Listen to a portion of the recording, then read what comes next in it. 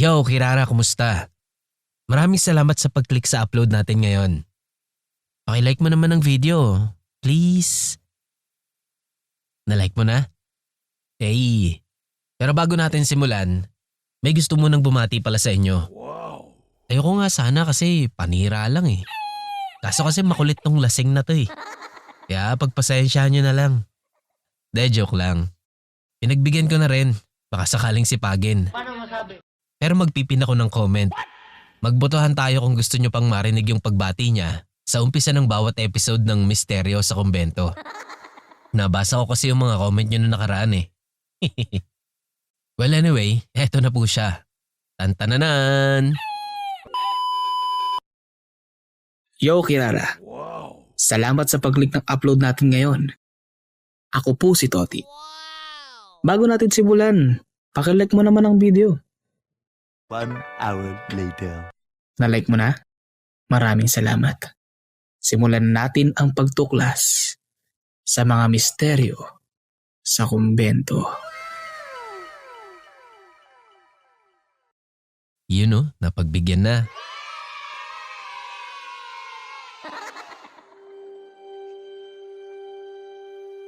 Balikan muna natin ang nakaraan. Matagumpay na napasok ng grupo nila Teba ng Santa Cristobal na itinuro sa kanila ng isang batang lalaki na kanilang nakadaupang palad nang makita nila ang bangkay ng isang lalaki sa gitna ng kalsadang kanilang tinatahak. Ang batang si Gabo na nasa pangangalaga ni Ato, isang magsasakang lokal sa isang maliit na baryo, bungad ng Santa Cristobal. Nailahad ni Teban ang kanilang tunay na pakay sa lugar at ang kanila ding nais pang malaman sa kanilang pinagmulan. Naku, napakasaklap naman po pala ng nangyari sa inyo at sa inyong inay. Ikinalulungkot ko po, Padre. Pero yung bayan o baryo na tinutukoy niyong Barangay Gibahoy, medyo malayo pa rito. Doon pa po yun sa kabilang nayon, sa San Narciso. Isang masaganang nayon na yun noon, pero wala nang kahit na sinong turista ang dumadayo doon ngayon. Dahil na nga raw sa mga napapabalitang napakaraming mangkukulam o mambabarang doon. Bukod na nga lang dito sa lugar namin. Nagkatinginan silang lahat sa salaysay nito dahil tama nga ang mga kwento ni Teban tungkol sa bayang kanilang pinagmulan. Ngunit muling nagtanong si Ato. Pero mawalang galang na ho, maaari ko po bang itanong kung anong pangalan ng magulang niyo, Padre? Baka sakaling kilala ko at matulungan ko kayo. O maituro ko kung saan sila dating nakatira o baka may alam akong kahit anong impormasyon mula sa kanila. Corazon at Mariano de la Cruz. Mawalang galang na ho, Padre, pero hindi ba't sila yung pinaghihinala ang mga mangkukulam dito sa buong Santa Cristobal, pati na dun sa San Narciso? Oo, tama ka. Kaya nga't namatay ang tatay ko dito dahil may nakaaway din siyang mangkukulam. At pinatay din naman ang inay namin dahil napagbintangan siya na siya ang may gawa ng malawakang salot doon sa Gibahoy noong araw. Kaya nga narito kami. Gusto naming alamin ang lahat ng katotohanan, ang lahat ng pinag-ugatan nito. Pero may iba pa rin kaming dahilan kaya kami napadpad dito. Ano naman ho yun, Padre? Siya. Gusto namin hanapin ang taong makakatulong sa amin para mailigtas itong bata na ito at maisalba mula sa kamatayan.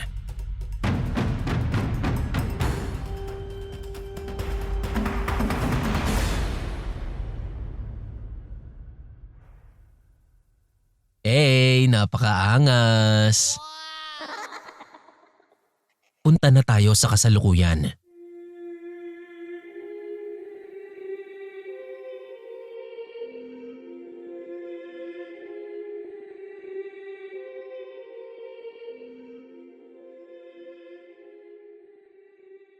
Kinaumagahan, Huwebes Santo. Nagising si Aldrin. Napatingin siya sa kisame. Yari ito sa pawid. Ang pader naman ay yari sa pinagtagpi-tagping kawayan. Nasa kanyang tabi si Ann. Nakayuko sa tabi ng kanyang kinahihigaan. Si Padre Teban, Clarita at Elizabeth naman ay mga nakaupo lang din sa lapag at mga natutulog ng mahimbing. Medyo sumisilip na ang liwanag sa buong kapaligiran noon. Napangiti siya at bumangon. Ingat na ingat para hindi magising si Ann sa kanyang tabi. Lumabas siya ng kubo. Nakita niya ang isang pamilyar na lalaki. Nagwawalis ito sa bakuran ng bahay habang umiinom ng kape. Si Ato. Mang Ato, magandang umaga po. Pagbati ni Aldrin. O iho, magandang umaga rin. Gusto mo bang magagahan na? May kape na dyan at tinapay. Bating pabalik ni Ato sabay alok. Sige ho. Maya-maya na lang ho siguro. Iintayin ko na lamang po silang magising. Nasaan po ba si Gabo? Tugon na tanong naman ni Aldrin. Tumango naman si Ato sabay sabi na, o sige. Si Gabo, nandoon kina kaliwayway, tumutulong sa gawaing bukid. Napakasipag talaga ng batang yun eh. Ayaw talagang papigil. Napangiti naman si Aldrin sa tuwa sa sinabi ni Ato. Sabay upo nito sa isang duyan na yari sa lumang gulong ng sasakyan na nakasabit sa puno ng mangga sa tapat ng kubo ni Ato.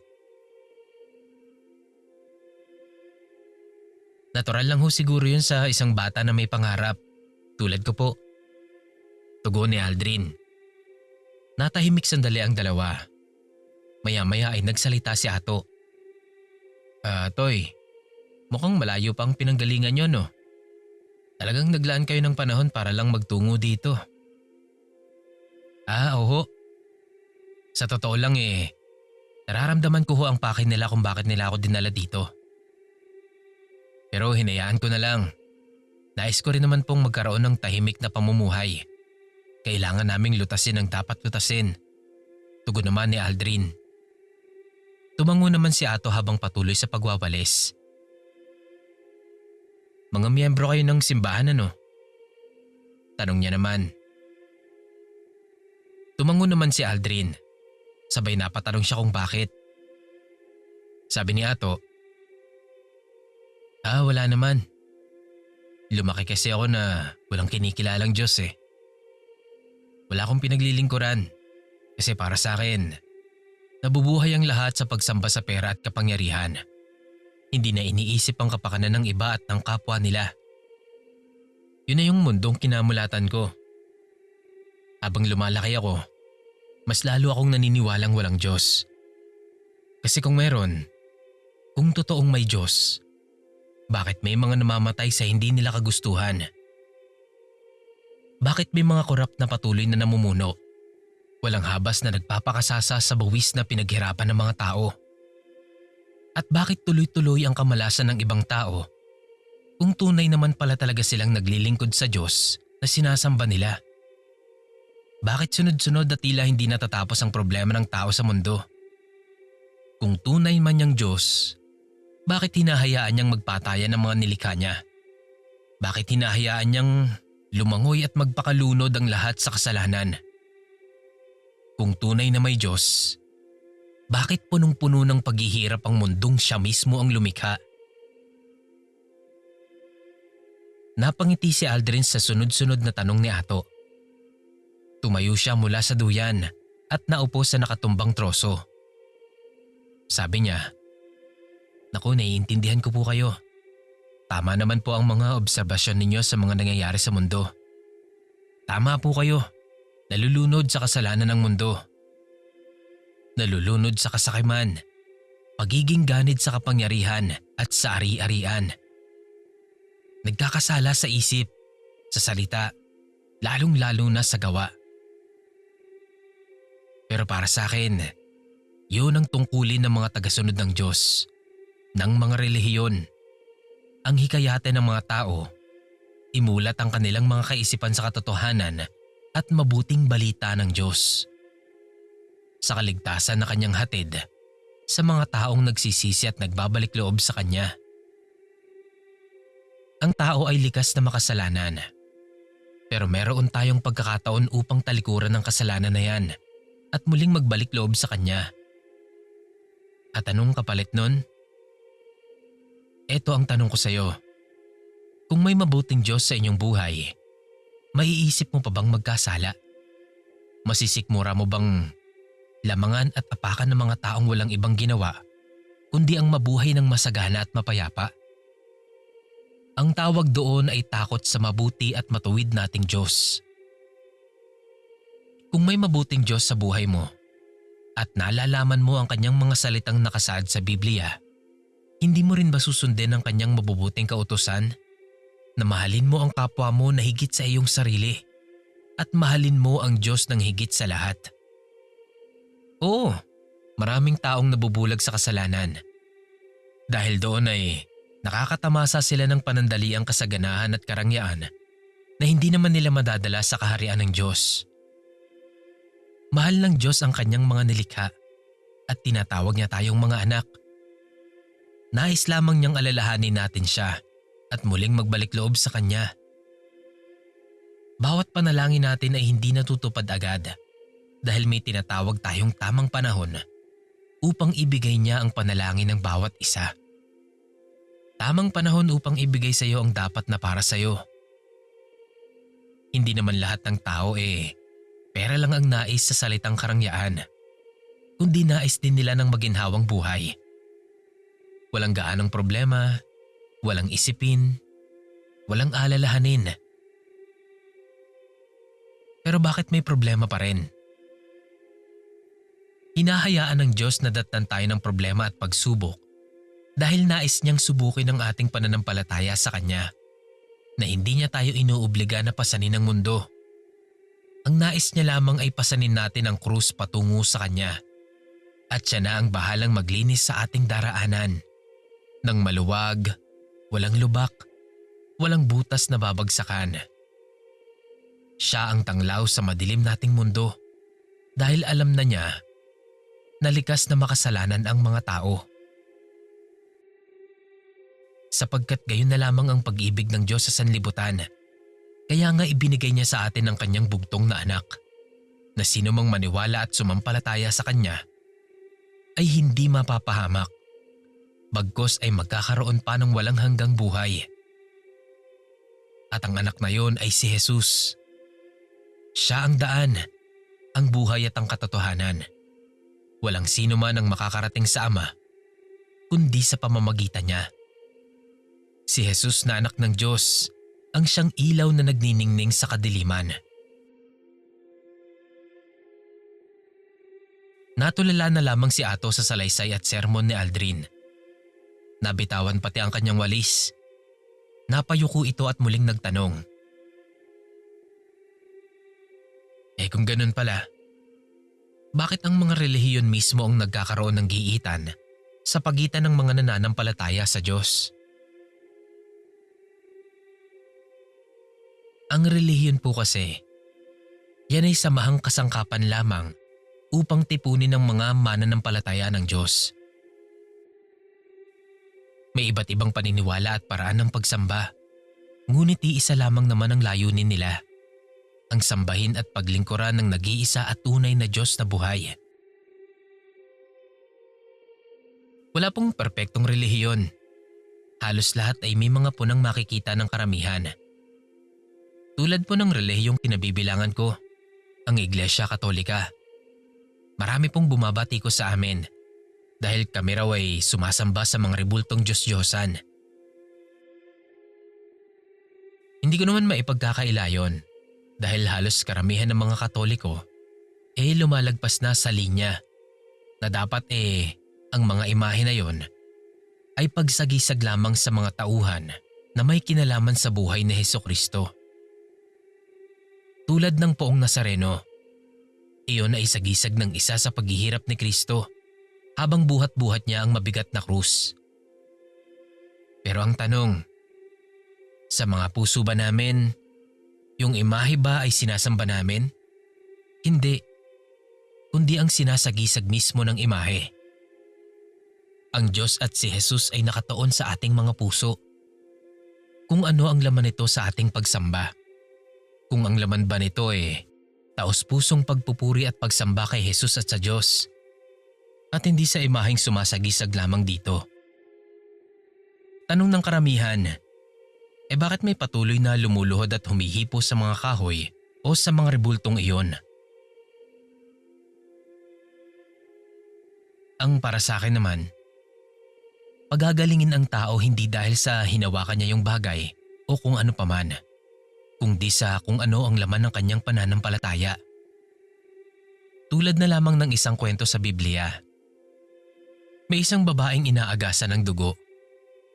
Habang si Jesus ay naglalakad kasama ng kanyang mga tagasunod, bumaha ng tao. Gustong lumapit ng babae sa pagnanais na pagalingin siya ni Jesus. Subalit hindi siya makalapit, kaya nawalan siya ng pag-asa. May paniniwala kasi noon na kapag ikaw ay inaagasan ng dugo, ikaw ay marumi. Nagdalawang isip siyang hawakan si Jesus dahil siya ay madumi. Ngunit pumasok sa kanyang isip na kahit ang dulo man lamang ng damit ni Jesus ang kanyang mahawakan, ay gagaling siya. Kaya sinuong niya ang dami ng mga tao, nakipagsiksikan siya at sumubok na lumapit kay Jesus. Nadadapa man, ay nahawakan niya pa rin ang dulo ng damit ni Jesus. At agad-agad niyang naramdaman ang paghinto ng kanyang pagdurugo. Natigilan noon si Jesus. Nagtaka kung sinong humawak sa kanya, na hindi na nakapagtataka dahil nga ang dami ng tao. Nagtanong siya kung sino ito at umamin naman ng babae na siya ang humawak kay Jesus. Ang tanong ni Jesus ay kung bakit ang damit niya. Sinabi naman ng babae ang kanyang dahilan na ipinagtaka ng karamihan.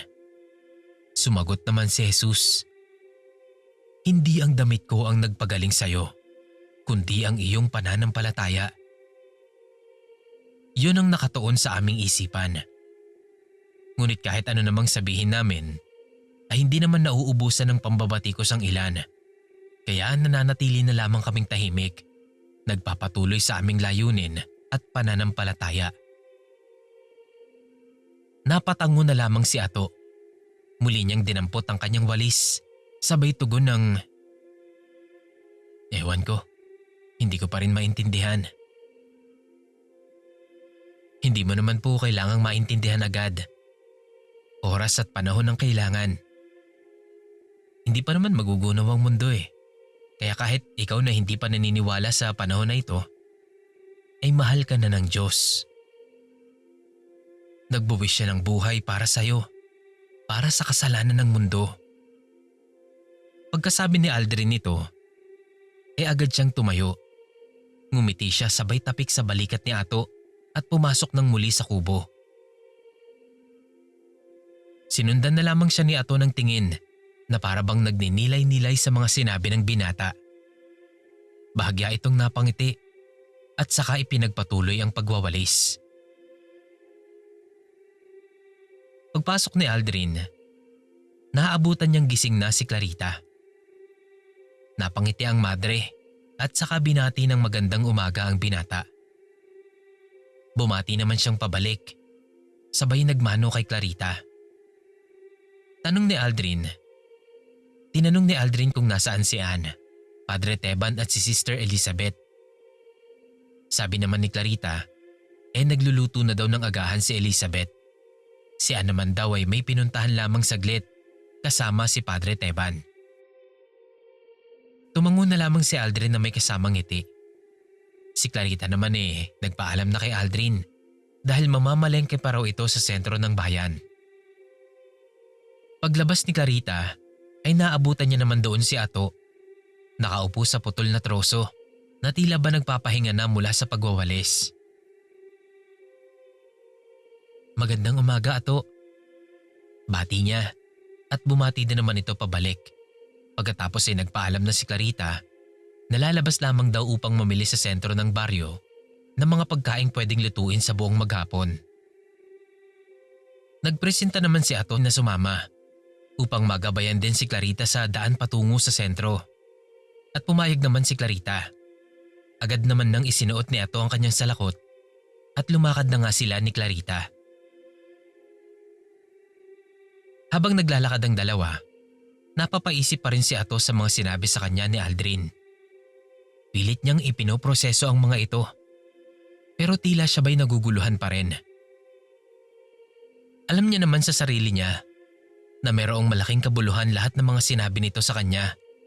na talaga namang bumakat sa kaluluwa at sa isipan ni Ato. Hindi na siya nakatiis. Nagbukas siya ng usapan kay Clarita.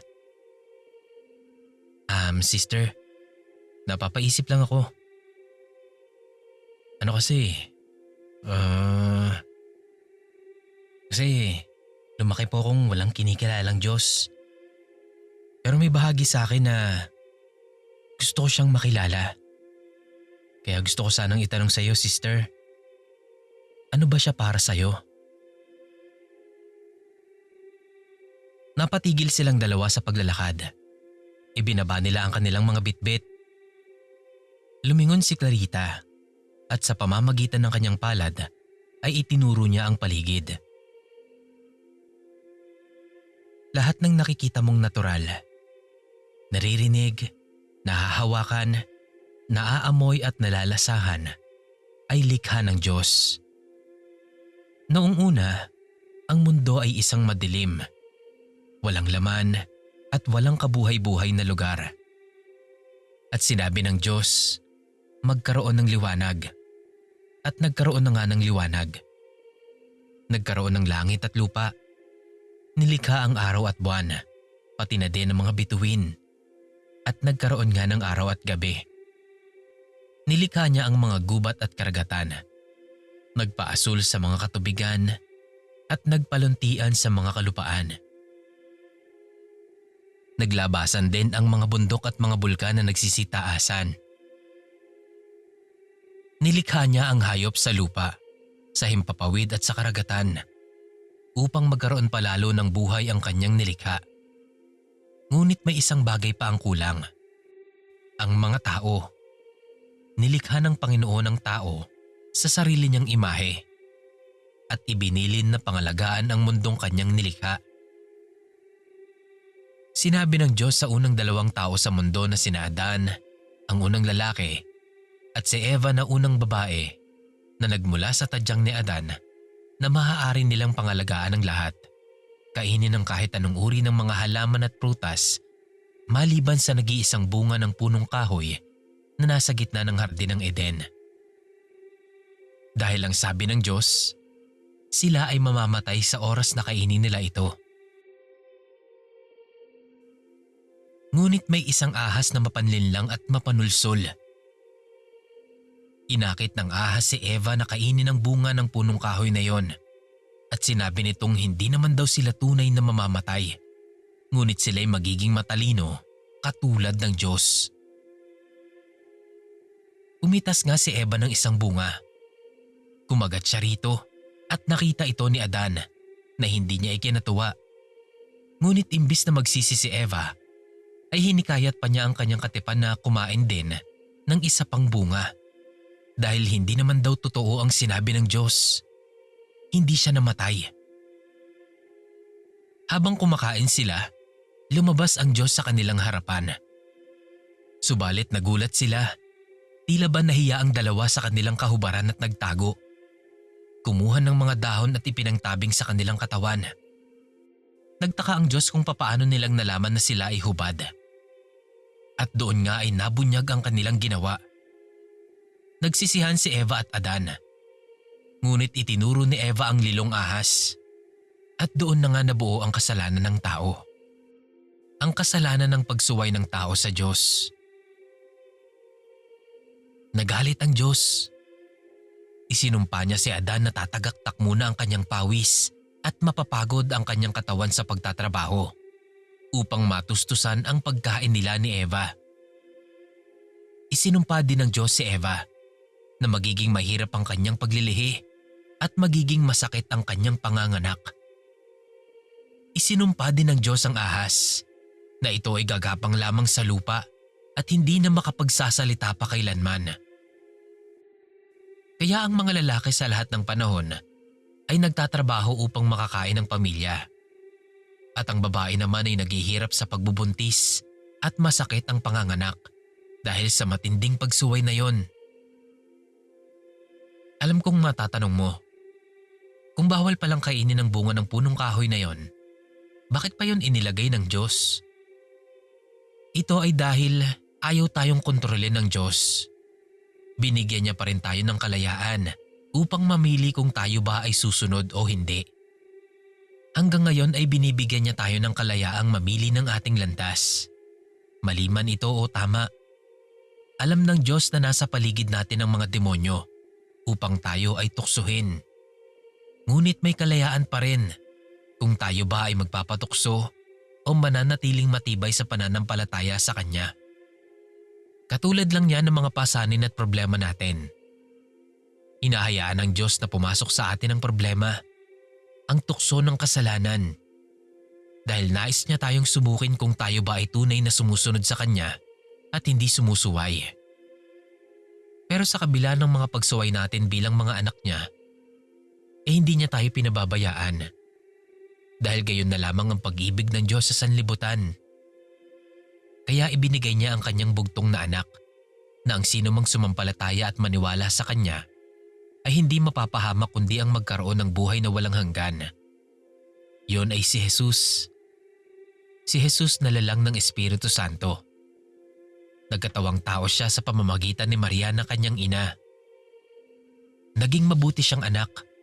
Nangaral siya at gumawa ng mga himala kasama ng Espiritu Santo at ng Diyos.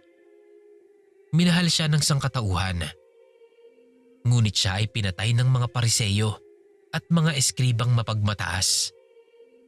Ipinagpasakit siya ni Poncio Pilato. Ipinako sa krus, namatay at inilibing. Nanaog siya sa kinaroroonan ng mga yumao. At sa ikatlong araw ay nabuhay siya muli. Umakyat siya sa langit. Siya ay pinabanal noon pa man ng Diyos. Si Jesus ang daan, ang buhay at katotohanan. At walang makakarating sa Diyos Ama kung hindi sa pamamagitan niya lamang. Kaya tayong mga tao ay dapat natanggapin si Jesus bilang ating dakilang tagapagligtas at Panginoon, ating Mesaya. Hindi kita pinipilit na maniwala agad ngayon at intindihin lahat ng sinasabi ko. Oras at panahon ang gugugulin. Ngunit sana ay nais sa puso mo ang lahat ng ito. Dahil kami, bilang mga taong kapatid mo, nais naming maligtas ka rin at magkaroon ng buhay na walang hanggan sa ngalan ni Jesus na ating tagapagligtas. Mahal ka ng Diyos, Ato, kahit hindi ka pa naniniwala sa ngayon. Napahugot ng malalim na hininga si Ato habang pinakikinggan ang pangaral ng madre at halos iisa sila ng sinabi ni Aldrin. Kinilabutan siya sa mga paglalarawan ni Clarita na tila ba sumang-ayon sa mga naunang sinabi ng binata. Hindi siya nakatugon. Tumango na lamang siya at nagpasalamat dito. Uulitin ko, hindi kita pipiliting hikayating maniwala agad. Panahon, Ato. Panahon, oras at ang tadhana ang magpapakita at magpapakilala sa iyo sa Diyos. Pagpalain ka nawa. Pahabol pa ni Clarita, sabay tapik sa balikat ni Ato.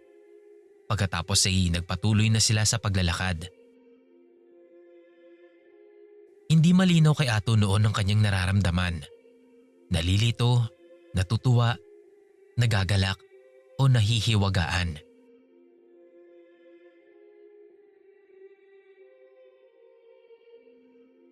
Samantala, sina Teban at Ann naman ay nasa kabilang bundok. Nangunguha ng mga dahon at halaman. Habang abala si Teban sa pagpitas ng mga dahon, si Ann ay may dinukot sa kanyang bag. Isang itim na libro.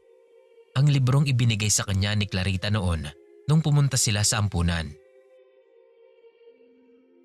Kinalabit niya si Teban at agad na sinabi na gusto niyang matuto sa mga nilalaman ng libro na yon na lihim na karunungan upang makatulong at magamit ng tama ang kanyang kakayahan. Nagulat naman at napaisip si Teban sa sinabi. Ramdam at kita ko kung gaano ka kadesidido na matuto ng karunungan na yan. Pero handa ka ba sa mga magiging kapalit niyan? Sa katawan at espiritu mo? Malaki rin ang magiging epekto nito sa katawan mo, sa kaluluwa, sa isip at kalusugan mo. Sabi ni Teban. Wala namang pagdadalawang isip na sumagot si Ann ng oo. Na talaga namang ikinagulat, subalit hinangaan ni Teban. Mas lalo niyang nakita at naramdaman ang pagiging desidido nitong matuto at makatulong. Nagtungo sila sa bandang itaas ng burol. Doon ay may isang malaking puno ng nara. Malilim na sa bahaging iyon ng burol, kaya doon sila nanatili. Umupo sila sa damuhan at saka nagsimula ng magturo ang pari. Ngayon, Ann, hindi madali ang mga unang leksyon sa pag-aaral ng lihim na karunungan. Kaya dapat pagtuunan mo ito ng oras at matinding pansin. Turan ni Teban. Ipikit mo ang mga mata mo. Damhin mo ang paligid. Ang mga halaman, mga puno, at ang iilang enerhiya ng mga nilalang sa paligid. Huminga ka ng malalim. Kapag may naramdaman kang puwersa na pumapasok sa iyong katawan, yan na ang aura. Ang aura ng kalikasan. Isang puwersang magagamit mo bilang lakas at kapangyarihan mo. Kasama ng iyong matinding pananampalataya. Alisin mo ang takot, galit o puot sa iyong isip at puso. At doon magkakaroon ka ng walang kapantay na lakas. Isipin at damhin mo ang presensya ng Diyos sa iyong kaluluwa. Maniwala ka at manindigan na ikaw ay kasangkapan ng Diyos upang lupigin ang kasamaan sa pamamagitan ng kakayahan at kapangyarihang ipinagkaloob niya sa iyo. Linisin mo ang iyong diwa at isip. Paniwalaan mo ang nararamdaman mo at ilagay mo ang sentro ng puwersang iyon sa kamay mo. Turan ni Teban. Sabay kuha ng hilaw na mansana sa bulso na kanyang dala. Ibuka mo ang kamay mo at hawakan mo ito. Sabi ni Teban, sabay lagay ng hilaw na mansanas sa kamay ni Ann. Sinubukan ni Ann na gawin ang mga sinasabi ni Teban. At wala pa mang minuto, ay nagulat si Teban nang makitang unti-unting nagbago ang kulay ng mansanas na tila ba nahihinog. Napangiti si Teban. Sabay tanong ng, "Anong nararamdaman mo?" Sumagot naman si Ann habang nananatiling nakapikit. "Wala po akong nararamdaman, Padre. Pero magaan po ang paghinga ko. Pakiramdam ko po lumulutang ako. Naririnig ko po ang halos lahat ng nasa paligid ko. Pati po ang paghinga mo, Padre." "Anong nakikita mo?" Muling tanong ni Teban. "Ang payapang karagatan po. Ang mga nagtataasang mga talahib. Sumasabay sila sa ihip ng hangin. Mga batang naglalaro. Mga taong masayang nagtatrabaho. Ang bughaw at maaliwalas na kalangitan." Sagot naman ni Ann. "Ayan, tama. Ganyan nga. Ganyan nga ang pakiramdam at makikita mo kapag nagagamit mo na ng tama ang puwersa sa iyong paligid patungo sa iyong kaluluwa upang maging sariling." Naputol ang pagsasalita ni Teban nang magpahabol ng salita si Ann. "Pero may mabigat na parte. Malalim, madilim, nakakahapo." Napadilat si Teban. Agad na inawat si Ann, ngunit patuloy pa rin ang dalaga. "Malakas na daloy ng kapangyarihan. Hindi mawarian. Napakabigat. Masakit sa dibdib." Habang sinasabi ito ni Ann, ay nagsimulang yumanig ang lupa. Umangat ang mga tuyong dahon, pati na ang maliliit na bato. "Itigil mo na yan, Ann." Pag-awat ng pari. Pero tuloy ang pagyanig. Nabitak na ang kakaunting bahagi ng kinauupuan ni Ann. Napatayo na si Teban, sabay kapit sa puno ng nara, at isinigaw ang pangalan ng dalaga para tumigil na ito. Pagkasigaw ni Teban ito, ay may malakas na puwersa ng hangin ang sumabog at kumawala sa katawan ni Ann. Dahilan upang magliparan ang mga tuyong dahon at maliliit na bato na kanina lamang ay nakalutang sa paligid. At halos liparin na rin si Teban sa lakas nito. Doon pa lamang bumalik ang malay ni Anne. Nahingal na hingal at pawis na pawis. Bumagsak din sa lupa si Teban. Nakatingin siya kay Anne at talagang gulat na gulat siya sa nangyari. Agad namang bumangon si Teban at nagpagpag ng damit. Tila ba naiinis na nagwika kay Anne. Kung hindi mo makokontrol ang aura sa katawan mo, ay papasukin ka ng itim na enerhiya. At iyon ang magiging dahilan upang hindi ka na makabalik sa katawan mo. Tuluyan kang lalamunin ng dilim, Anne. Umalis si Teban sa harap ni Anne. Si Anne naman ay hingal na hingal pa rin at tila ba natakot din sa nangyari sa kanya nang makita ang paligid. Si Teban naman ay tila may takot na napinta sa kanyang muka habang pababa ng burol. Inaalala ang nangyari kay Anne sa kanyang unang pagsubok. Dumiretso na siya patungo sa bahay ni Ato. Hindi pa man siya nakakalapit ng husto sa bahay, ay may nakita na siya sa hindi kalayuan. May ilang taong nagkukumpulan. Lumapit siya rito at nakitang may isang batang babae na nagsisisigaw at tila ba takot na takot. Habang ang mga tao naman at ibang mga mata sa paligid nito ay pinagtatawanan siya. O kaya naman ay pinapanood lamang ito habang pinag-uusapan pa. Hinawi ni Teban ang mga tao. Nilapitan ang nagwawalang bata. Pero bago niya pa ito mahawakan, ay kumapit na ito sa bisig niya at nagsalita. Ginugulo niya ako. Ayoko na. Tulungan mo po ako. Ayaw niya akong tigilan.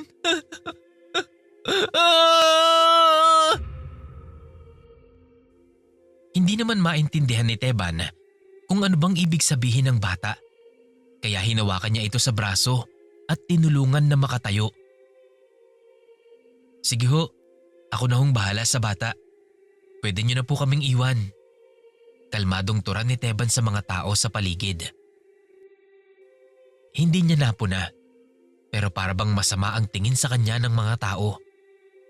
O di kaya naman ay nagtataka sa presensya ng pari dahil noon lamang nila ito nakita sa lugar nila.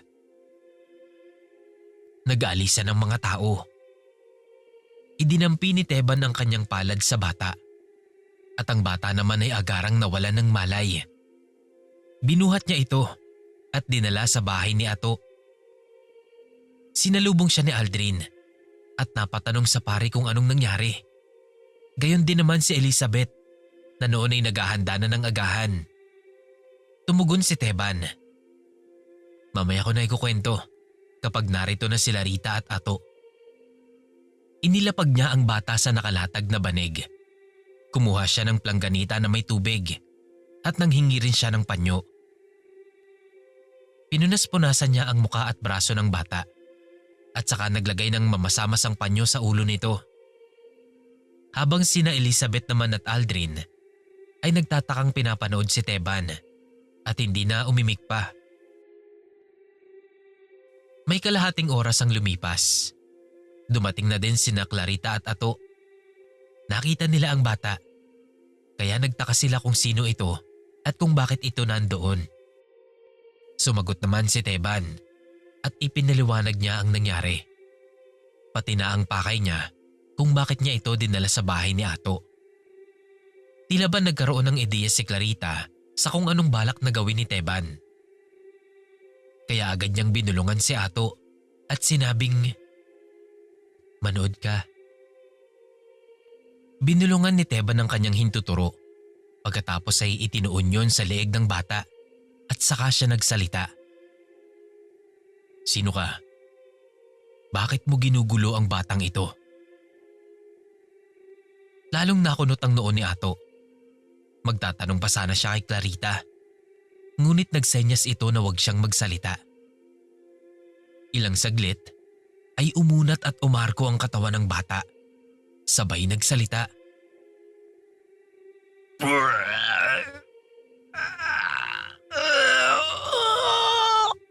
"Huwag po po.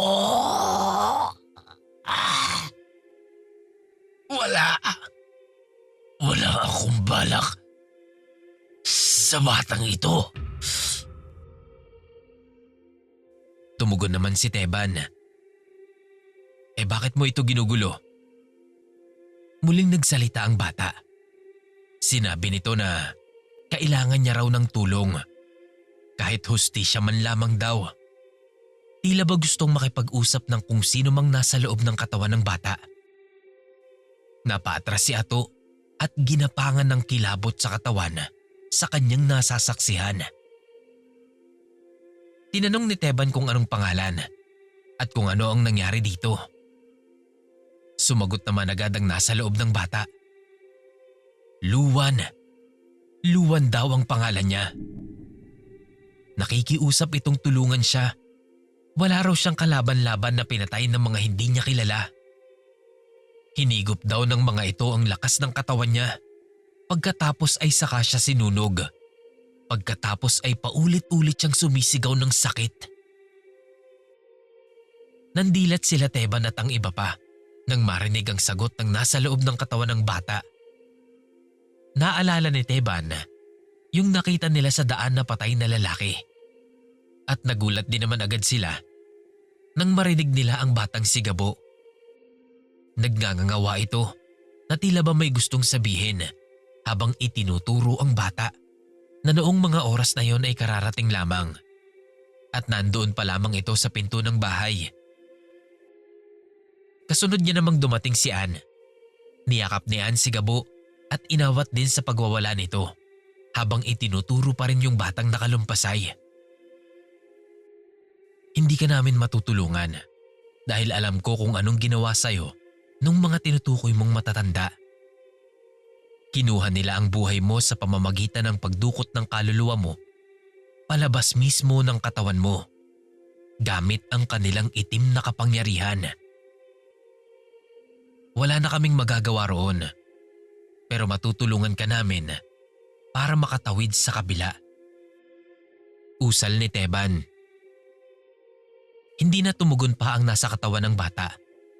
Bigla na lamang itong bumagsak sa kinahihigaan niya. At noong sandali ding iyon ay nagising na ito. Napaatras ito sa kinauupuan at napayakap na lamang sa kanyang tuhod. Pinakalma siya nila Teban at sinabing hindi siya sasaktan. Bagkus ay tutulungan pa na maging maayos. Nanatiling tahimik ang bata. Maya-maya, lumapit si Clarita dito at naupo sa tabi niya. Sabay sabi na, "Anong pangalan mo, bata? Pwede ba naming malaman? Tagasan ka?" May ilang sandaling hindi sumagot ang bata. Ngunit nang mapatingin ito kay Clarita, ay nagwika ito ng mahina. Eva. Eva raw ang kanyang pangalan at wala siyang tirahan sapagkat siya ay isang palaboy lamang. Tinanong nila kung papaano siyang nabubuhay kung ganon at kung saan siya natutulog. Ang sabi ng bata ay nanglilimos lamang daw ito dahil wala daw tumatanggap sa kanya dahil maraming nakakakilala sa kanya bilang baliw at kung saan-saan lamang daw siya natutulog. Nahabag silang lahat sa sinabi ng batang babae. Pagkatapos ay nagwika si Teban. "Gusto mo ba kami na lamang ang kumupkup sa'yo? Huwag kang mag-alala, hindi ka naiiba sa amin. Dahil alam namin kung anong espesyal tungkol sa'yo at tanggap ka namin. Aalagaan ka namin, pag-aaralin. Gusto mo ba yon?" Tila ba lumiwanag ang mukha ni Eva. Nagkaroon siya ng kaunting pag-asa sa sinabi ni Teban at bahagya itong ngumiti sabay tango. At ganoon na nga ang nangyari. Kinupkup nila si Eva. Binigyan nila ito ng makakain at kasama nilang nanahan pansamantala sa mumunting bahay ni Ato. Masaya sila na nadagdagan ng kanilang itinuturing na pamilya. Ngunit tulad ng mga nangyayari sa telenovela at totoong buhay, ang kasiyahan ay pansamantala lamang. Ilang oras matapos ang tanghalian ay may kanya-kanyang mundo na ang lahat. Si Teban ay nagbabasa ng Biblia sa beranda ng pinto ng bahay. Si Clarita naman at Elizabeth ay kinukwentuhan si Eva. Si Ato ay nagsisibak ng kahoy sa labas ng bahay habang naglalaro naman sa labas si Gabo. Si Ann naman ay nasa bandang dulo ng kusina. Nakaupo ito habang tinititigan si Aldrin. Dahil si Aldrin na nakaupo sa sulok ng sala ay tila ba hindi mapakali. Aligaga ito at piga ng piga sa kanyang kamay. Mariin niyang pinapanood si Aldrin sa mga kinikilos nito. Wala itong tigil sa pagkusot ng mga mata. Mabilis ang paghinga at paminsan ay hindi mapakali sa pagtingin sa paligid. Kinutuban na si Ann. Ngunit hindi lang ito kumikibo. Maya-maya, narinig niya na ang mabibigat at malalalim na paghinga ng binata at tila ba nag-iiba na ang hilatsa ng mukha nito. Dahilan upang tubuan na ng pagkabahala si Ann at unti-unti nang tumayo mula sa kanyang kinauupuan.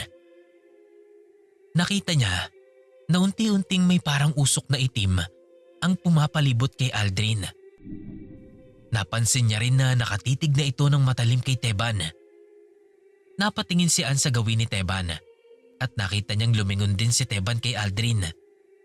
Nagsalita ang padre sa matikas na tinig. Aldrin. Natigilan ang lahat sa kani-kanyang ginagawa at napatingin kay Aldrin. Ilang sandali pa, sinigawan at pinagmumura na ng binata si Teban. Sinabihan niya itong pakialamero. Sabay sugod sa nakaupong pare at akmang sasakalin niya ito. Nagulat ang lahat. Hindi agad nakagalaw si Teban sa bilis ng pangyayari. Bumagsak silang dalawa palabas ng bahay. Si Teban ay pumailalim kay Aldrin. Sakal-sakal nito ang pare habang pinagmumura pa rin. Bakit daw hindi na lamang ito mamatay? Pagkatapos ay may sinambit siyang mga salita sa ibang lengguwahe. Sumugod sina Clarita, Ato at Ann. Inawat nila ang nagwawalang si Aldrin. Natila ba nagbalik na naman ang demonyong lumulukob dito? Hinawakan at ibinigkis ni Ato ang katawan ng binata mula sa likod. At mula sa harap naman ay itinutulak ni Clarita ang mukha ni Aldrin palayo sa pare. Si Ann naman ay hawak-hawak ang dalawang kamay nito na nakasakal pa kay Teban. Binulyawan ni Clarita ang binata. Sinabihan niya itong lumaban at pigilan. Hindi nila halos makaya ang lakas ni Aldrin. Tila ba hindi ito natitinag sa kanilang ginagawa. Maya-maya mula sa likod ay dinakot ni Elizabeth ang balikat ni Aldrin gamit ang kamay na tila ba may dasal, dahilan upang bumagsak ito sa lupa. Napatakbo naman palabas ng bahay si Eva. Yumakap siya kay Gabo na noong mga oras na yon ay sabay na silang umiiyak sa takot. Nakabangon na si Teban at agad na binigkisan si Aldrin. Akala nila ay kontrolado na ang sitwasyon nang biglang may malakas na puwersa ng hangin ang sumabog mula sa katawan ni Aldrin at lahat silang pumipigil sa kanya ay tumilapon palayo. Napuruhan si Elizabeth dahil tumama ang ulo nito sa bahagdan ng bahay ni Ato. Nawalan siya ng malay. Nagulat sila sa nangyari kaya pare-pareho silang hindi agad nakagalaw. Muli ay sinugod ni Aldrin ang hingal na pare. Pinagkakalmot niya ito sa muka. Ngunit sinusubukan ni Teban na salagin ang mga kalmot na ito. Paulit-ulit siyang minumura ni Aldrin at sinasabihang mamatay ka na. Gigil na gigil itong binubulyawan ng kung anumang demonyo ang nasa katawan ni Aldrin ng mga sandaling yon. Hindi rin makatayo sina Clarita at Ato. Ngunit napansin nila ang kakaibang nangyayari kay Ann. Habang nakasalampak ito sa lupa ay nakayuko lang ito. Natatakpan ng buhok ang kanyang muka kaya hindi nila alam kung anong nangyayari sa kanya. Ngunit naramdaman ni Clarita ang malakas na bugso ng puwersa at presensya na lumalabas mula sa dalaga. Dahil sa komosyon na nangyayari sa bahay nila Ato, ay may mga kapitbahay na ang nakikiosyoso. Nasasaksihan nila ang mga nangyayaring yun. Maya-maya pa nga, dumilim ang kalangitan. Kumislap ito at umugong ang malakas na kulog.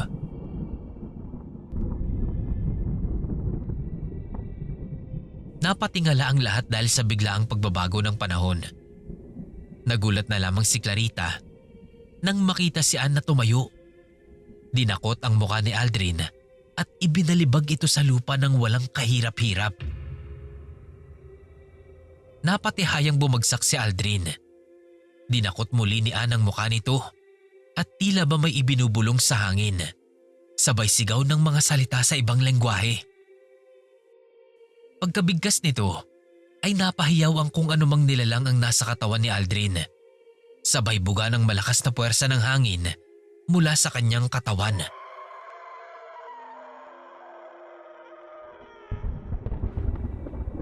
Patuloy ang pagwawala ng kalangitan habang patuloy din ang pambubuno ni Aldrin at ni Ann.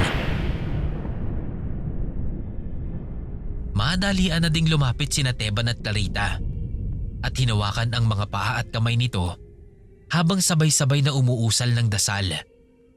Si Ato naman ay tulala at hindi makapaniwala sa nangyayari. Naguguluhan at hindi na namamalayan ang paligid maliban sa nangyayaring komosyon sa pagitan ng apat. Napasabi na lamang siya ng, "Ina, ano bang nangyayari?" Sina Eva at Gabo naman ay batid ang nangyayari. Hindi lang dahil sa takot kung bakit sila tumakbo ng palayo sa bahay. Meron silang taong sasadyain na makakatulong sa sitwasyon nila Teban. Hindi na malaya ng lahat ang pagtakbo ng dalawang bata. At itong si Clarita ay pinapakuha na ng matibay na lubid si Ato. Agad naman itong tumakbo paloob ng bahay at saka naghanap nga ng lubid. Pagpasok ni Ato ay pinagtulungan ng tatlo na idiin ang mga kamay ni Aldrin sa haligi ng pintuan ng bahay habang piit-piit ni Teban ang mga kamay nito. Nung mga oras na yon ay marami ng lakas ang nawala kay Aldrin dahil sa ginawa sa kanya ni Ann. Kaya naman medyo naging madali na sa kanila na gawin ito. Pagdating ni Ato ay batid niya na ang gagawin. Agad niya nang iginapos si Aldrin ng padiba sa pinto ng bahay habang nakaupo pa rin ito sa lupa. Nang maigapos na nila ang binata ay sabay-sabay silang bumagsak sa lupa dahil sa pagod at pati na rin sa pinsalang natamo sa nangyari. Habang mga hinihingal sila ay nagwika si Teban. Kulang na kulang daw talaga ang lakas nila laban sa nasa loob ni Aldrin. At tila ba mas lumakas pa raw ito. Kaya raw tama lang talaga na nagpunta sila doon dahil magiging malaking tulong ang pasilidad ng simbahan na nakatayo dito sa Santa Cristobal. Tumugon naman si Clarita na dahil daw sa nangyaring iyon ay kinukutuban siya. Baka daw may hindi magandang nangyari sa ampunan at sa Delvara. Natahimik sila matapos magsalita ni Clarita. Si Ann naman ay walang kibo. Napatingin dito si Teban. Naalala niya ang nangyari sa burol. Humanga siya sa dalaga dahil sa tingin niya ay nagamit niya na ng tama ang kakayahan niya noong oras na yon. Pero batid niya na kulang pa rin ito. Ilang sandali pa, dumating na ang dalawang bata. Sister, may kasama po kami. Alam po naming makakatulong siya sa inyo. Saad ni Eva. Nasa likod nila ang isang payat na lalaki na nakasuot ng lumang kamiseta de chino at tokong. Napatingin naman dito ang apat pagkatapos ay nagsalita ang lalaki. Magandang hapon po. Ako po si Miguel Guerreras. Isa akong pari ng bayan ng San Narciso. Dumayo ako dito para sana magdaos ng misa sa isang kapilya sa kabilang baryo. Tapos biglang dumating tong dalawang bata. Humihingi ng tulong kasi may nangyayari daw dito. Tumayo ang apat. Lumapit sila. Nakipagkamay si Teban at nakipagkilala dito. Nagmano naman si Clarita at Ato at nagpakilala rin sila sa kanya. Nabanggit niyo po na kayo ay pari. Kung ganun po, matutulungan niyo po ba kami na paalisin ang lumulukob dito sa kaibigan namin? Mahinahong tanong ni Ann. Oo naman. Dadalhin ko kayo sa monasteryo sa San Narciso. Doon ay may mga katulad akong pari at mga misyonaryo na makakatulong sa mga katulad ng kasong kagaya ng sa inyong kaibigan na ginugulo ng demonyo. Tugon ng parang nagpakilalang Miguel. Tila ba nabunutan ng tinik sa dibdib si Teban. Guminhawa ang kanilang pakiramdam dahil kusa nang lumapit sa kanila ang kanilang pakay sa lugar.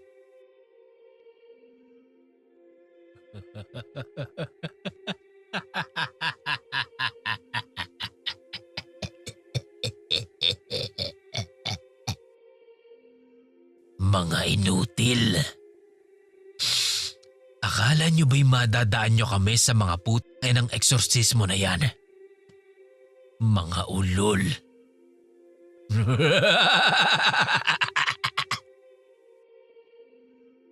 Tinig ng nilalang na nasa loob ni Aldrin na noon ay bumalik na sa malay. Nag-iba ang kulay ng mukha ni Aldrin. Lumalim at nangitim ang ilalim ng kanyang mga mata at purong kulay itim na ang loob ng kanyang mga mata. Napalingon naman sila sa gulat. Pagkatapos ay lumapit si Padre Miguel at yumuko sa harap ng binata. Sabay sabing, "Ganun ba? Pwes, malalaman natin kung hanggang saan naaabot yung yabang at lakas mo. Tandaan mo ang mukhang ito at ang pangalan ng mag-uusig sa'yo. Miguel Guerreras."